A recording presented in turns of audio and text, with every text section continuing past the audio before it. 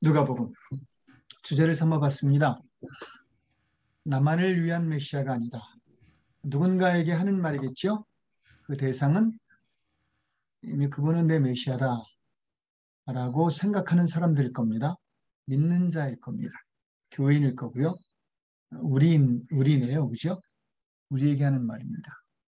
예수님은 너만을 위한 분이 아니야. 하나님의 비전은 너에게만 이루어지는 게 아니야. 그래서는 안 돼. 또 말씀은 너만 읽으면 안 돼. 너만 묵상하고 너만 위하여 적용하면 안 돼. 뭐 이런 말들이겠습니다. 누가복음이 그 얘기를 해줍니다. 오늘 그 얘기를 어떻게 누가복음이 우리에게 해주나를 이제 시간 내에 하나하나 보도록 하지요. 누가복음 저자는 누가입니다. 되게 특별한 사람입니다. 성경에 여러 성경 저자들이 있는데 그 저자들은 거의 대부분이 유대인들입니다. 어느 시점부터는 이스라엘 사람들이고요. 뭐 몇 명만 유대인이 아니지요. 그 중에서 욥이 아마 이스라엘 사람이 아니었다 보고요. 그 외에는 거반인지 유대인들인데 유대인이 아닌 사람 중 하나가 바로 이 누가입니다. 누가는 이방 사람이고요. 그래서 누가복음의 초점이 유대인에게 있지 않고 이방인에게 가 있고요. 특히 소외된 자나 제외된 자, 신앙적으로나 심적으로나 생활적으로나 뒷편에 있는 자를 향하고 있습니다. 그 사람이 예전 시대에 아마 직업이 의사였던 것 같습니다. 성경에 그렇게 기록하고 있고요. 그가 아마 누가일 겁니다. 옛날에 의사가 어떤 사람이었는지 잘 모르겠으나 사람의 병을 고치는 사람이었고요. 사도행전의 저자이기도 합니다. 더 정확히 말하면 누가복음과 사도행전은 뭐 1권, 2권 혹은 한 권 뭐 이렇게 해서 나누었다 하는 책으로 저에게 알려집니다. 누가는 바울과 함께 선교 여행도 했고요. 돌아다니면서 복음도 전하고 교회도 세운 것 같습니다. 그리고 바울이 투옥됐을 때까지 동행했던 동료고요. 또 바울이 투옥됐을 때 찾아갔던 그러한 동료이기도 합니다. 지식적으로도 굉장히 뛰어난 사람이고요. 헬라어와 이런 언어적인 부분이 굉장히 탁월한 사람으로 여겨집니다. 누가복음이 원문을 보면 우리나라 말로는 비슷비슷한데 상당히 그 고급 언어로 쓰여졌다라고 평가받습니다. 근데 이 누가복음이 좀 독특한 게요. 대상입니다. 이미 여러분과 누가복음의 전체 주제에서 나눴듯이 이 대상은 크게 둘이지만 하나입니다. 이방 사람들이에요. 물론 대상의 큰 대상은 유대인입니다. 그런데 이렇게 말하는 겁니다. 유대인아, 이 사람들까지 이렇게 말하는 게 누가복음. 그래서 대상을 이 사람들로 보는데 먼저는 이 편지, 그가 쓴 책의 대상이 데오빌로 각하라는 사람, 헤롯이라는 사람, 그 다음에 가이사 아구스토 시대 때 쓰여져서 그에게 전달되길 원했고요. 디베리오 황제에게까지 그 이름을 적어가면서 그가 웬만하면 이 책은 당신들이 좀 봐야 할 겁니다. 당신들에게까지 갔으면 좋겠습니다. 라는 바람 갖고 쓴 책입니다. 아주 그 대상이 뚜렷하지요. 아울러 그 책 내용에 대상들이 있는데 누구에게 씁니다라는 위의 대상 1과는 달리 사건과 또한 어떤 현장에서 그 추수에서 기록된 사람들입니다. 마테마가 누가 요한복음이 모두 다 똑같은 걸 전부 기록하는 게 아닙니다. 각자에 맞게 심지어 예수님이 하신 말씀도 자기 그 책 목적에 맞게 본인들이 그 제외하거나 선택했고요. 또 기적도 그랬고요. 역사도 그랬습니다. 누가복음도 그런 의미에서 주로 좀 여러 예수님의 말씀과 또한 행한 일들 중에 좀 한쪽을 약간 편중해서 선택해 기록합니다. 그 대상들이 가늠한 여인, 선한 사마리아인, 삭개오, 십자가상의 강도, 그리고 주목해 주십시오. 이스라엘과 이방인에게 정확히 이야기하려는 이야기를 담은 탕자, 아마도 누가복음의 핵심 주제를 설명하는 비유 1, 탕자의 비유를 그만이 기록합니다. 그래 대상들이 이런 사람들이에요. 사람들에게 싫어 버림받고 또 외면당하고 소외당한 사람들. 누가복음이 어딜 향해 있는 책인지 왜 썼는지 대략 보이시죠? 그래. 다른 복음서 잠깐 비교를 합니다. 요한복음은 다음에 할 테니까 그때 같이 네 복음서를 하고요. 마가복음은 이렇게 쓴 겁니다. 예수님은 메시아다. 그분으로 말미암아 이 땅이 달라질 거다. 하나님 나라가 될 거다. 이것을 새 나라라고 말한다. 이게 이제 마가복음의 주제였습니다.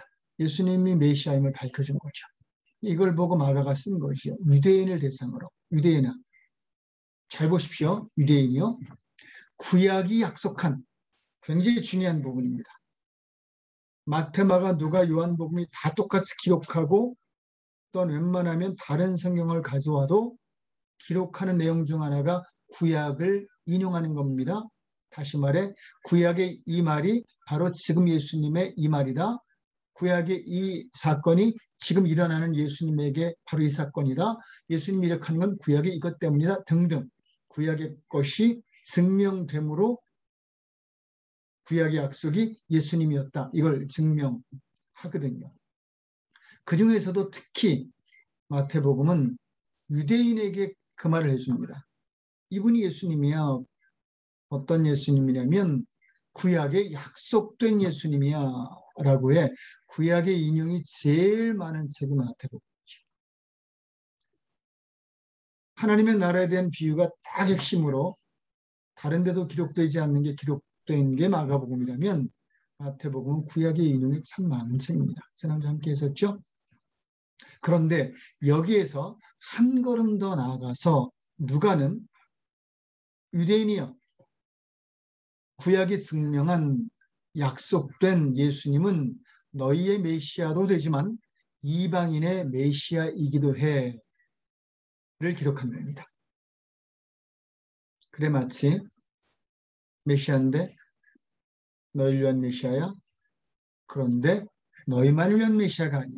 이렇게 한 걸음 한 걸음 가듯이 마가, 마태, 누가는 그 주제를 조금 더 넓히고 있습니다. 여러분 그러면 요한은 어디까지 갈까요? 다음 주 나누겠지요. 하지만 여러분 상상하는 그쪽으로 갑니다. 자, 목적입니다. 특별히 이 많은 예수님의 이야기 또 예수님의 벌이신 사건들, 기적 등등을 다 합해서 특히 누가복음은 다른 서신서와 조금 달리 성전에 대하여 굉장히 강력하게 말합니다.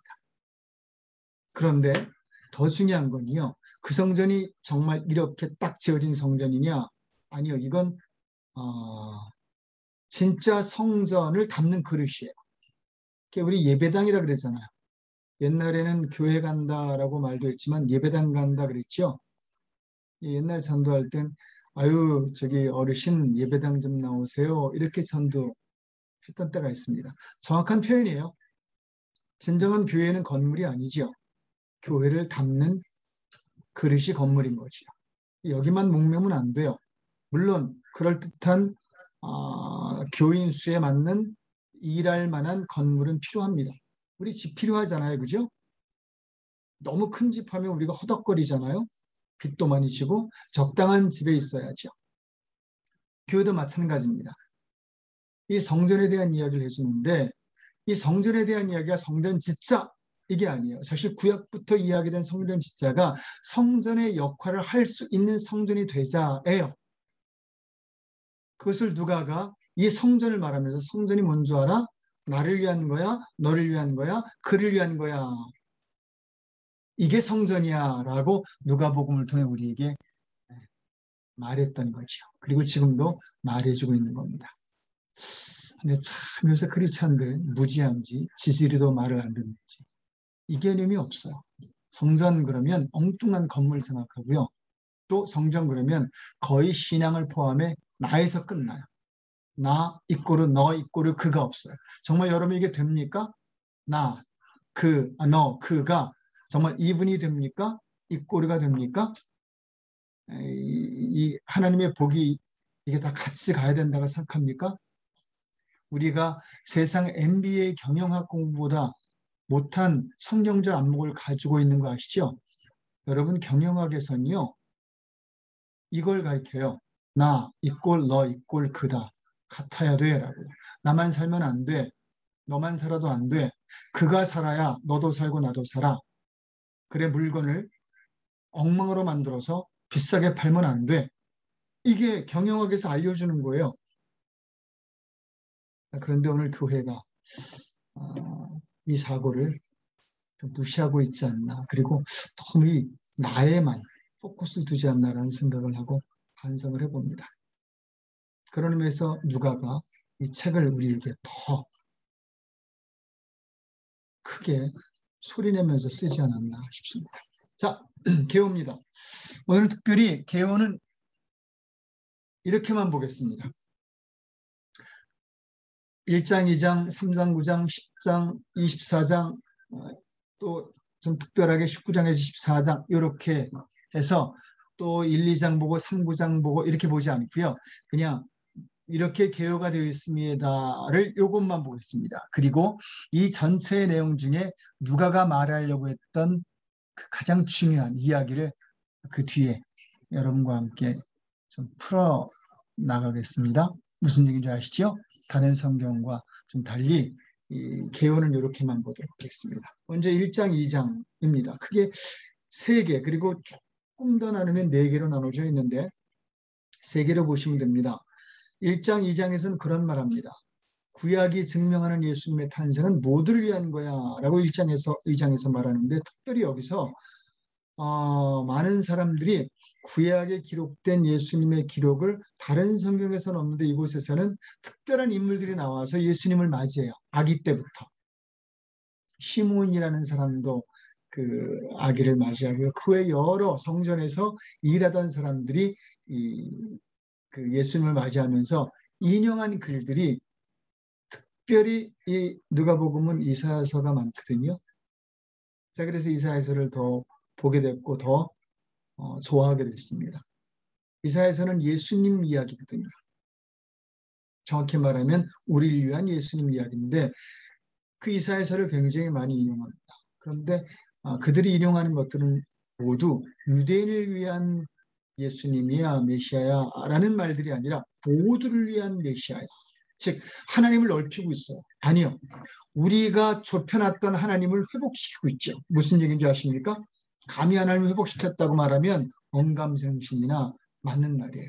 우리는 성경을 줄여놔요. 우리는 성경에서 말하는 관계에 대해서 줄여놓고요. 복에 대해서 줄여놔요.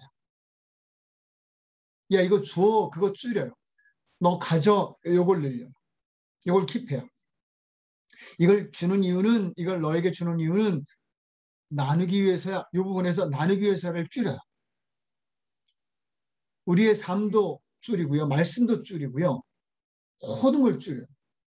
세상의 교육이 줄이는 교육인 거 아세요? 너 잘 살라고 공부하는 거야. 이건 성경적이지가 않아요. 세상의 교육은 주로 경쟁이에요. 아니에요. 경쟁하면 안 돼요.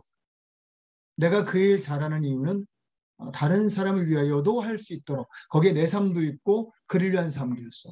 내 돈 중에 남의 돈도 있고요. 내 돈 중에 신의 돈도 있어요. 내 노력 중에 내 재능 중에 이걸 써야 할 대상들이 나만을 위해서가 아니라 좀 더 다른 그리고 하나님까지 있죠. 이걸 누가가 이야기하는 거야. 야, 모두를 위한 거야. 이게 구약에 이미 다 써 있거든. 그 얘기를 해줍니다. 그리고 예수님을 소개하죠.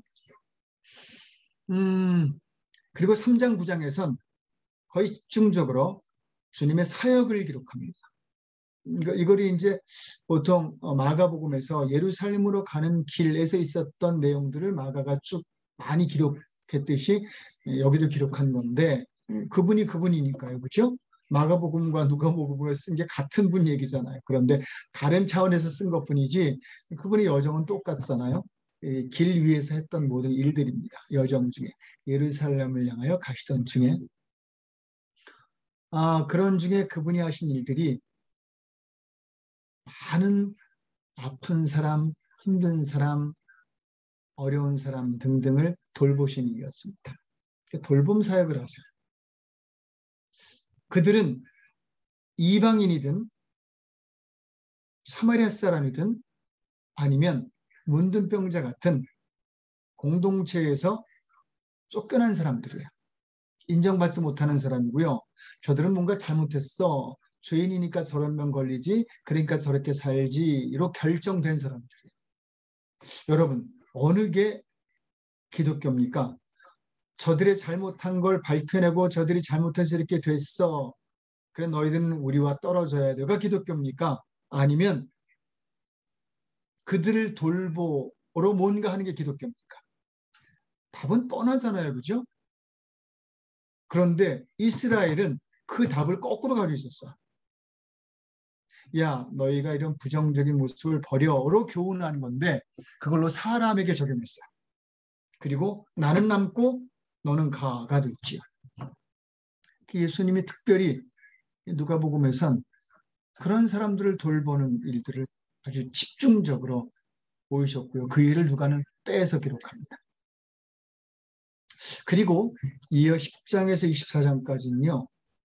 많은 교훈들이 기록됩니다. 가르침과. 꼭 아직 100%는 아닌데 꼭 뚝잘은 아닌 것 같아요. 3장에서 9장까지는 예수님의 돌보시는 사역. 그리고 10장에서 사실 18장까지인데 거기까지는 교훈하고 가르치는 사역으로 좀 나눠집니다. 그런데 이 10장에서 18장까지 사실 마지막 장까지지만 거기에 주제가 뭐냐 그랬더니 너희가 바뀌어야 돼 였어요. 내가 보여줬잖아 3장 9장에서. 이미 구약에서 얘기했잖아 1장 2장에서. 그러니까 너희 바뀌어야지. 왜 하나님이 1장 2장 말씀하셨고 내가 너에게 보여준 3장 9장의 일들을 보고도 너희들은 아직까지 너희만 위해 살지 이스라엘 유대인만을 위한 하나님으로 여기지 바뀌어야 돼. 새로워져야 돼. 그걸 새 성전으로 가르치십니다.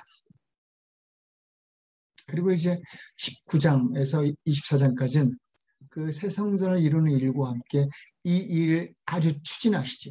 성전 짓는 일주일, 허무는 일주일. 이 순서가 바뀌었군요. 성전은 허물고 다시 짓는 일주일이 바로 이 일주일입니다. 이게 누가복음의 구성도입니다. 그리고 누가복음의 흐름이지요. 자, 이런 흐름 중에 이제 그걸 눈에 넣어 두시고요.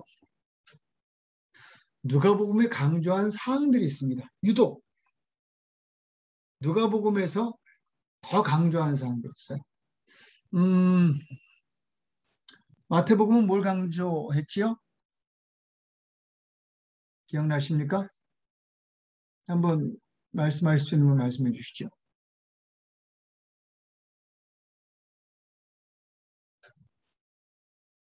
예, 이 강사가 누구셨는지 아무도 기억하지 못하는군요. 말씀을 이루게 하는. 예, 그렇죠. 그겁니다. 구약이 맞아. 너희를 위한 메시아야라고 유대인에게 메시아를 소개한 겁니다. 그래서 구약의 말들을 되게 강조했고요. 메시아란 말을 무척 강조했어요. 자, 마가복음은 뭘 강조했나요? 원복음인데 예수님은 너희에게 하나님의 나라를 이루기 위한 메시아야. 그래서 그것은 하나님의 나라를 굉장히 강조하죠. 와 마찬가지로 누가복음도 상당히 여러 가지를 강조하는데 이유 있게 그걸 강조해요. 지금 여러분에게 나누고 있는 우리 안목이 여기서가 아니라 저들까지 가야 돼를 위하여 강조한 세 가지가 있습니다. 그리고 이 세 가지를 통하여 이제 중요한 걸 우리에게 강조하는데 그 첫 번째가 기도예요. 예수님은 정말 많은 기도를 하세요. 다른 복음서보다 이 누가복음은 예수님의 기도를 많이 언급합니다. 많이 기록하고. 꽤 많은데 큰 것 적으면요. 제자를 세우시면서 기도하고 요단에서도 기도하시고 일과 후에는 반드시 기도하셨어요. 여러분 일과를 끝내면 기도하십시오. 예수님이 그러셨네요. 이유가 있는 거지요. 오늘 내가 어땠나. 뭔가 말씀하기 전에 반드시 기도하셨어요. 제가 이것 보고 말씀 전하기 전에 어떻게 하든 기도합니다. 전 그냥 제 양심이 하나 있는데요. 진짜 제자훈련 시간을 웬만하면 딜레이 하거나 다음에 합시다 안 그래요. 그런데 정말 제가 너무 죄송합니다. 다음에 하죠 라고 할 때가 있어요. 뭐 제가 여러 가지 일이 있을 때도 그렇지만 제가 이 양육을 위해 준비 기도하지 않았을 때, 다시 묵상하지 않았을 때는 저는 다음에 하자 그래요. 여기 계신 분들에게 그런 경우 별로 없는데 한국에 저와 양육하는 분은 제가 이 낮밤이 바뀌어가지고 좀 몇 번 그런 실수를 했습니다.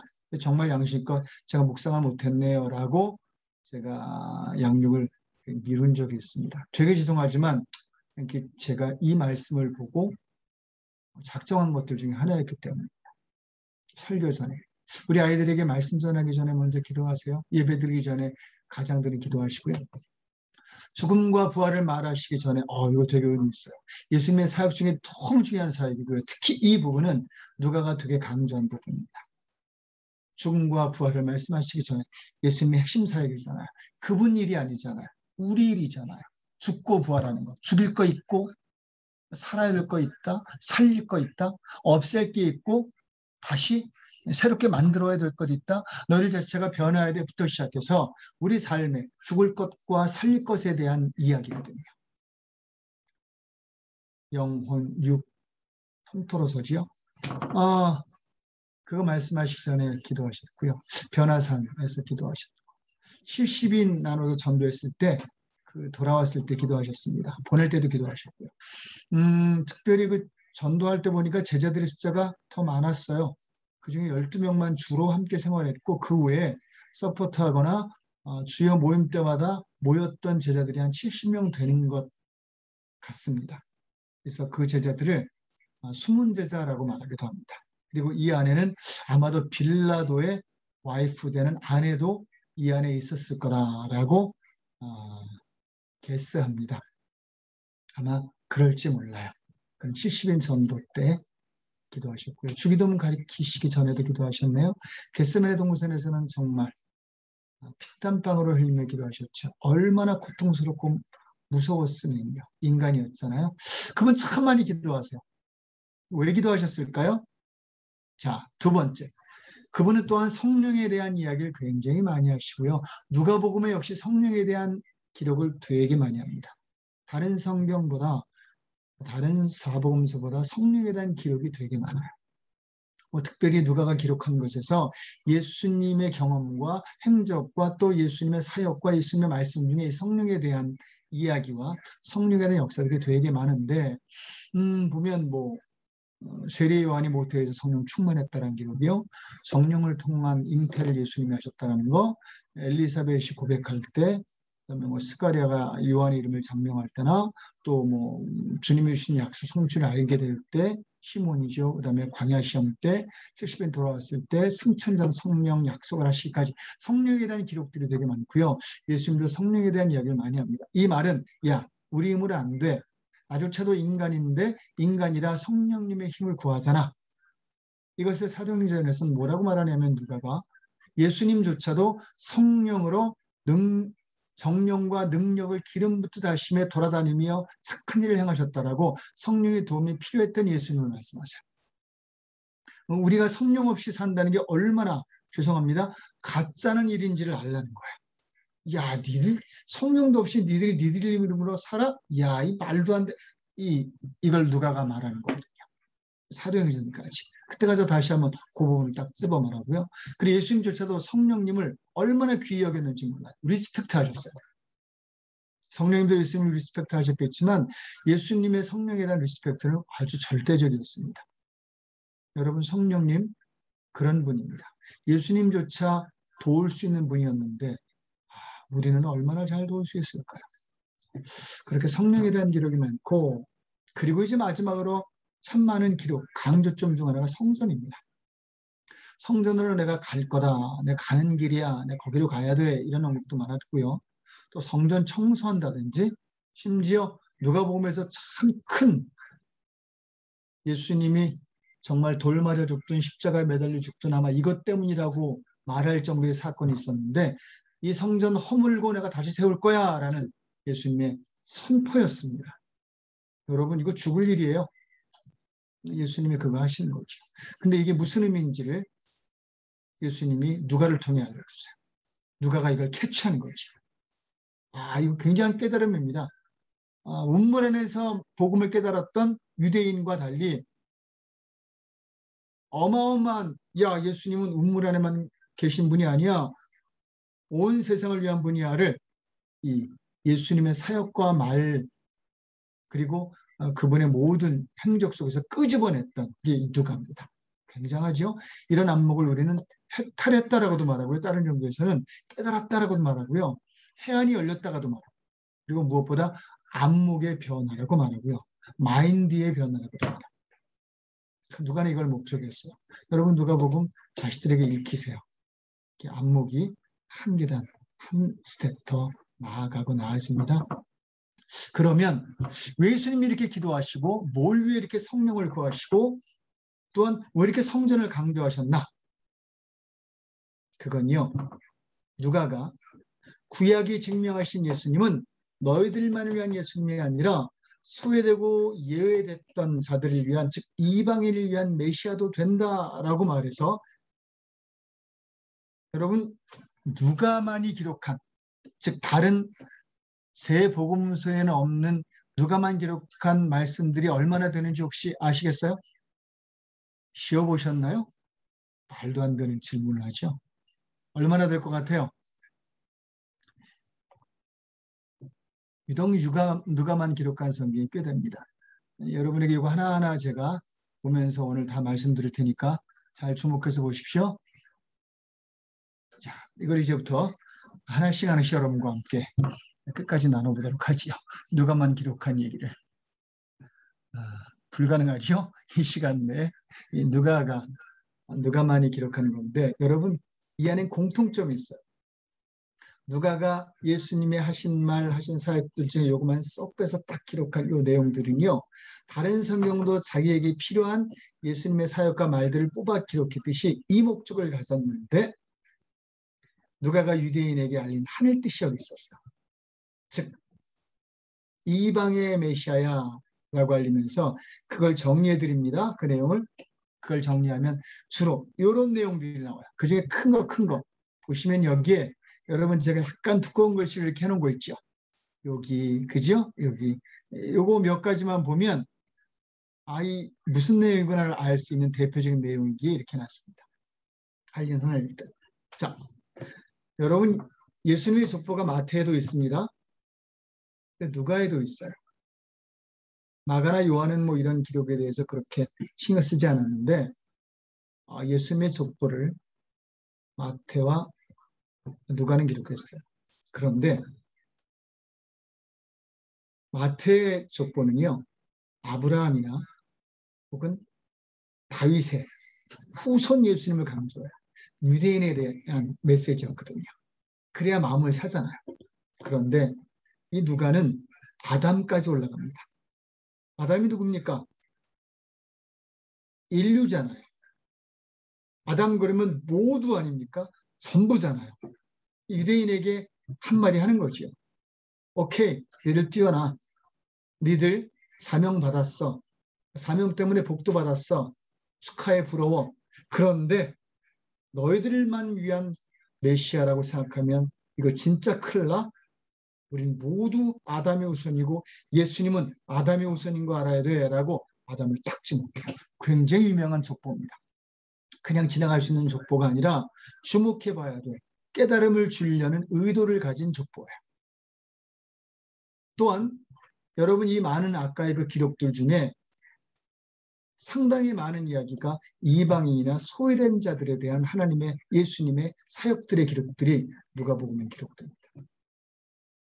그 중에서 선한 사마리아인에 대한 기록은 굉장히 의도가 깊은 그러한 기록이에요. 아울러 삭개오에 대한 것도 굉장히 의도가 깊은 기록이에요. 여러분, 선한 사마리아인과 삭개오의 비유의 공통점, 이걸로 알리려고 했던 게 있다면 뭐겠습니까? 뭐 한 분이라도 대답해 보시겠어요? 예수님이 선한 사마리아인의 비유와 삭개오를 보고 야 내려와 내가 네 집에 있을게 갈게 이렇게 말했을 때 요 하나의 이야기와 하나의 사건 늘 누가만 기록하면서 우리에게 뭘 말하고 싶었을까요?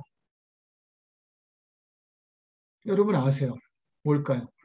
누가는 이 두 사건을 우리에게 예수님이 말씀하시고 보여주시는 걸로 예수님이 이걸 보여주려고 했구나 계속 얘기하는 거예요. 뭘까요?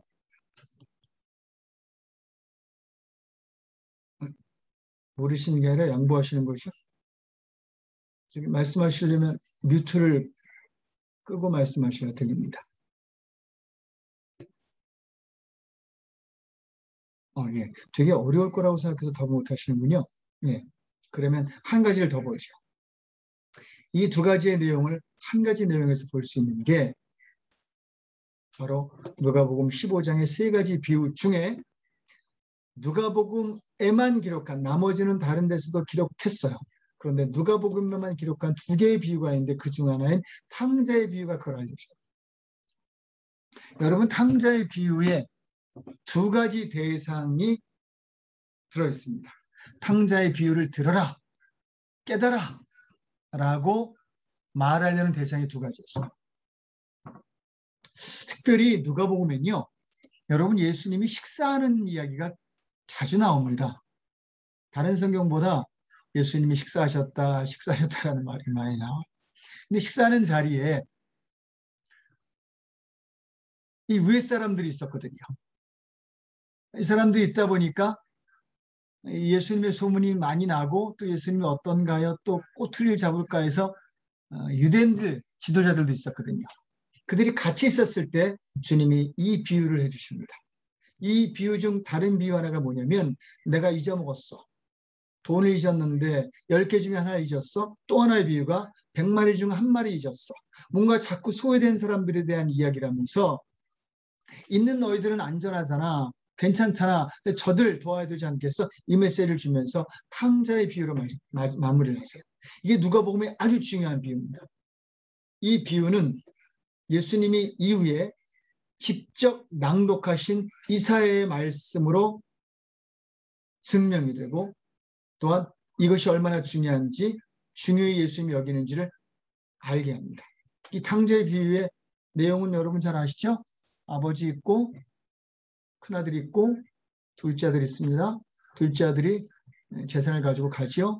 막 맘대로 살지요. 지 멋대로 살지요. 그러다가 돼지의 쥐염 열매를 같이 먹어야 되는 처지가 되지요. 망한 겁니다.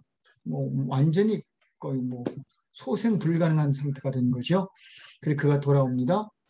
아버지가 그를 반겨줍니다. 잔치하지요. 가락지 끼워줍니다. 그때 큰아들이 와서 불평합니다. 자, 뭐예요? 두 대상이에요. 첫 번째 대상은 이방인이에요. 야, 니들 그렇게 살았어도 구원받을 수 있어. 하나님이 너희 아버지야. 되게 중요한 사상이에요. 그런데 또 대상이 있어요. 그 대상은 큰아들이에요. 유대인에게 말하는 거죠. 유대인이요. 저 이방인, 저 소외된 자, 저 부정한 자 내쳐서는 안 돼. 이 동생이야 알려주는 거야. 여러분 세상에서 제일 큰 답이 뭔지 아세요? 돌봐야 돼. 함께 해야 돼. 용서해야 돼. 잘못했어도 잘못 살아도 품어야 할. 죄까지 품는 건 아니라 그러한 대상의 답이 딱 하나인 거 아세요? Family. 가족은 그런 거야. 그걸 알려주는 거야. 야, 저도 이방인은 이방인이야. 불쌍히 여기 이 정도가 아니에요. 누가 있어서. 네 동생이야. 이게 유다의 사상. 너 형인데 왜 동생을 돌보지 않지? 정말 그 비유가 제대로 됐다면 형이 동생 찾으러 갔어야지. 아버지 앞에 데려다 놨어야지. 그래서 아버지의 상심과 아버지 슬픔을 해결했어야죠. 우린 자꾸 하나님 있게 은혜만 받으려고 하는데 하나님의 열망과 슬픔을 씻어드릴 생각을 하지 않는다는 거죠. 큰아들이 그 일을 할 수 있어야 되고 큰아들은 바로 그 일의 적임자라는 거죠. 가진 것도 있고요. 그가 했어야 되는 일을 하지 않았다는 걸 알려주는 거예요. 여러분 탕자의 비유에 있는 이 놀라운 성경 전체의 사상 그리고 우리가 큰아들이라면 우리가 하나님의 슬픔과 하나님의 그 기다림을 해결해 줄 수 있다는 거. 그 안에 내 동생을 그 품에 데려다 놓을 수 있다는 거. 그게 우리라는 거. 그걸 보여주는 거죠. 그래서 유대인과 이방인에게 동일하게 이야기한 게 이 탕자의 비유입니다. 근데 여러분 아시죠? 탕자의 비유는 우리가 붙인 겁니다. 탕자라는 말은 성경에 안 나옵니다. 그 이름은 몰라요. 둘째 아들의 비유인데 사실은 둘째 아들과 첫째 아들의 비유인 거죠. 어딜 봐도 하나님을 보이든 내가 보이든 그가 보이든 보이는 겁니다. 자, 이것을 알린 거야. 그래 이 누가에만 이렇게 많은 그 이야기들이 골라서 써진 겁니다. 이 저자의 의도라는 거죠. 자, 바로 이러한 것을 예수님이 누가복음 초기에 아마도 누가가 예수님이 성전에 가서 이 말씀을 낭독하시는 걸 딱 해주해서 거기 적은 거라 생각합니다. 함께 읽어볼까요? 예수님이 이사야서 61장 1절에서 2절 제가 참 사랑하는 말씀 중 하나 이 말씀을 본인이 회당에 가서 선포하세요. 설교하는 거죠. 여기에 그분의 비전이 있고 하나님의 뜻이 있고요. 누가의 의도가 있는 겁니다. 그리고 우리가 받아들 교훈이 있는 건데 읽어볼까요? 읽습니다. 시작. 주의 성령이 내게 임하셨으니 이는 가난한 자에게 복음을 전하게 하시고 내게 기름을 부으시고 나를 보내사 성령이지요 포로된 자에게 자유를 눈먼 자에게 다시 보게 함을 전파하며 눌린 자를 자유롭게 하고라고 이어집니다. 이 본문 이걸 많은 주석학자들은 누가복음의 주제 말씀이라고 삼습니다. 저도 거기에 동의합니다. 예수님은 이사야서의 이 말을 들어서 이 하나님의 뜻을 나도 행하러 온 거다 그러면서 제자들에게 이어가는데 그 제자들에게 말해요. 이제 너희들이 이걸 이어가야 돼 라고요. 지금의 유대인들은 이게 안 돼. 그들은 가난한 자, 포로된 자, 눈먼 자, 눌린 자를 그대로 내버려도 오히려 저들을 멸시해, 천대해. 이게 예수님의 메시지예요. 하지만 그래서는 안 돼. 이걸 누가가 캐치해서 우리에게 알려준 거죠.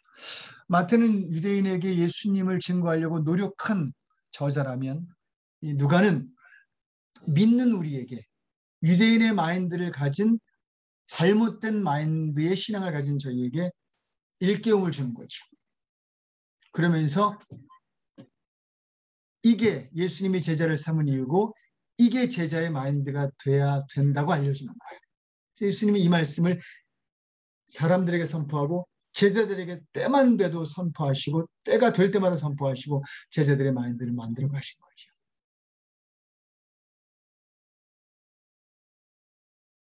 주님이 이제 우리에게 그런 결론을 주십니다. 이 얘기를 쭉 누가가 한 이후에 즉 예수님이 이 이야기를 보이시고 하신 이후에 이 중심 주제를 갖고 이렇게 말씀하세요. 그래서 내가 성전을 다시 세우려고 그래. 예수님이 누가복음 10장에 보면 성전을 보고 우십니다. 왜 우셨겠습니까? 부서질 걸 아셨기에. 그러면 건물이 부서지기 때문에요? 아니요. 왜 우셨습니까? 부서지는 이유를 아셨기 때문이죠. 왜 부서집니까? 성전이 역할을 못해요. 성전의 기능, 펑션, 그게 안 돼요. 예수님이 성전에 가서 행패를 부리신 이유도 이것 때문입니다. 이러면 안 되잖아. 이러지 마. 이게 예수님의 행패의 이유고 메시지였어요. 그리고 이 이후에 말씀하십니다. 성전을 헐고 다시 짓겠다. 새로 시작하겠다는 거지요. 얼마나 감사해요, 여러분. 헐고 끝나는 게 아니라 시작하시잖아요. 허는 이유가 시작하기 위해서죠. 이 기독교예요. 회개의 이유가 의로움을 위해서잖아요. 이 기독교예요. 기회가 기독교의 전부예요. 오늘날 기독교 안에서 한 교회 안에서 어려움이 생기거나 부딪힘이 생겼을 때 기독교가 기독교 모습이 아니란 걸 보여줄 때가 많아요. 기독교는 메이크업의 종교고 회개의 종교고 다시 세우는 종교인데 그런 일보다 원수지고 말아요. 여러분 어느 교회에 계시든 어느 모임에 있으시든 이 기독교의 정신을 살리세요. 살면서 공동체가 늘 좋을 수는 없고요. 관계가 늘 괜찮을 수는 없어요. 늘 갈등도 있고 어려움도 있어요. 그런데 그럴 때마다 이걸 생각하셔야 돼요. 기독교는 헐걸 헐고 다시 세워야 한다. 헐어진 걸 다시 세워야 한다. 이 다시 세움에 대한 적용을 하셔야 합니다. 그게 기독교예요. 세우는 게 기독교 아니겠습니까? 주님 말씀하세요. 헐 거다. 잘못했으니까 벌 받아야죠. 안 되죠. 하지만 다시 시작하시겠다. 그리고 성전을 세우시겠다는데 여러분 여기에 누가가 우리에게 주는 그리고 그가 인정하는 예수님의 사역에 중요한 포인트가 있습니다. 이방인에게 복음을 전할 자, 즉 이방인을 위한 성전을 다시 세우는데 그 성전이 뭐냐 그랬을 때 누가복음 6장에 이렇게 말씀하세요. 12절 기도하십니다. 그리고 17절로 19절, 49절까지 치유하고 사람들을 세우고 그 사람들 웃게 만든대요. 사람들이 막 웃음이 생긴대. 행복한 거예요. 막 기쁜 거예요. 그리고 하늘 뜻이 이루어지게 하고요. 온전할 열매를 맺게 할 자를 세우실 텐데 그가 누구냐라고 했을 때 13장에서 16장까지 12자리를 딱 언급하세요. 이들이 이 일을 할 거라는 거죠. 치유하고 세우고 웃게 하고 하늘 뜻을 이루고 온전한 열매를 맺게 하는 게 성전이 해야 될 일이라는 거죠. 성전을 세운 이유가 이거예요. 솔로몬의 기도가 성전을 세운 이유에 이거 했어요. 사람들이 오면 치유받게 하시고요. 더 세워지게 하시고 회복되게 하시고요. 울음이 없어지고요. 웃게 하시고요. 하늘의 뜻을 이루는 삶 되게 하시고요. 그 인생의 좋은 열매를 비전을 이루어가게 하세요. 이게 솔로몬의 성전 기공식 때 했던 기도예요. 봉헌식 때. 예수님이 이 기도를 그대로 우리에게 알려주시면서 아마 기도의 이일 겁니다. 그리고 12제자를 12명을 쫙 열고 하세요. 이들이라는 거죠. 한 명 한 명을 말하는 게 아니라 뭐 유다가 들어가냐 마냐를 따질 게 아니라 다 배운다고 제자 되는 거 아니니까요. 제자를 말씀하시는 거예요. 제자 삼는 이유를 말씀하시고 이 제자가 바로 성전이었다는 것을 알려주는 겁니다. 내가 새 성전을 세우리니 이들이야 이들로 말미암아 성전의 역할을 하게 할 거야. 이들이 가는 곳마다 이제 건물도 짓겠으나 그런 성전을 짓게 될 거야. 이 일은 바울로 이어지고 바나바로 이어지면서 전 세계로 퍼지게 되죠.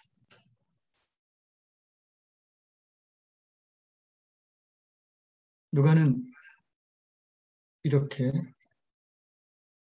다시 세워질 성전으로 예수님과 예수님을 이어가는 제자를 우리에게 소개하면서 이제 예수님의 마지막 시간들을 우리에게 알려줍니다. 그래서 비참하게 낫고 그리고 가장 가슴 아프게 제자들에게 배반당하고 그들은 도망가고 그리고 그 누가복음만 기록된 엠마오의 제자의 이야기를 해줘요. 가도 멀리 도망간 거죠. 누가만 기록할 수 있는 내용이에요. 여기 필요 없게요. 다 그냥 예수님 뭐 부인하고 뭐 배반하고 뭐 그래서 그 정도인데 누가만 엠마오로 가는 제자, 저 멀찍이 도망간 제자에게 예수님 찾아가시죠. 야, 네가 새 성전이잖아. 지금 힘들어서 이러는데 세워야지. 너 제자잖아. 말씀하시는 거예요. 이번에 저희 이제 DTC 제자훈련팀이 졸업합니다.